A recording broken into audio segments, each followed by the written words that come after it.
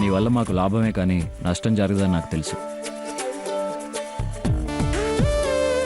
మా మేలుకోరే మంచివనే కదా నిన్ను మా ఇంట్లో నుంచి వెళ్ళనివ్వకుండా దీప్తి కేర్ టేకర్గా అపాయింట్ చేసి మా ఇంట్లోనే అరెస్ట్ చేసింది.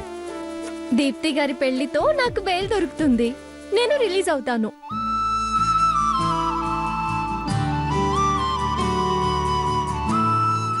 ఆశపడకు. అసిస్టెంట్ మేనేజర్గా ప్రమోట్ చేసి నాన్ బెయిలబుల్ వారెంట్ ఇష్యూ చేసి పర్మనెంట్గా మా హౌస్లోనే అరెస్ట్ చేస్తాను. చూడండి దీప్తి గారు, అరెస్ట్ల మీద అరెస్ట్లట. ఆడపిల్లనన్న జాలి చూపించరా? ఆడపిల్లవు గనకే అన్ని విధాల రక్షణ ఉన్న ఇంట్లో పని పేరుతో అరెస్ట్ చేస్తున్నాం గానీ నేరం కింద శిక్షలా కాదుగా. అవును, మా అన్నయ్యని మనసున్న మహారాజన్నావుగా, మరి జాలి చూపించలేదంటావే? ఏదో సరదాగా అన్నానులేండి. ఏవండి, నేనంటే పనుంది కాబట్టి మేల్కొనుండాలి. మీరెందుకండి నాతో పాటు జాగరణ చేయడం? వర్క్ మీద కాన్సన్ట్రేట్ చేస్తుంటే రెప్ప వాలితే సూది గుచ్చుకుంటుంది కదా, అందుకే ఇలా మాట్లాడుతూ కంపెనీ ఇద్దామని.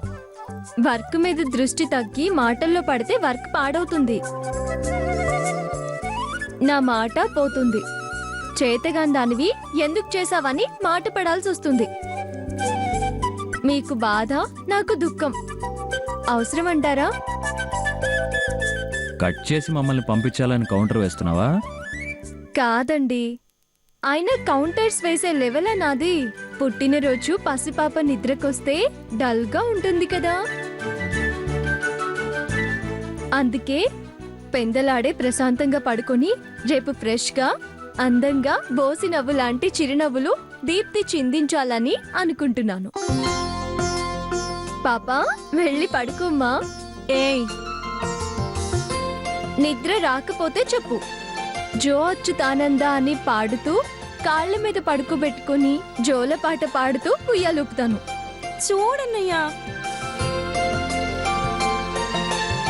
మనం ఉంటే తన వర్క్ డిస్టర్బ్ అవుతుందమ్మా. పద.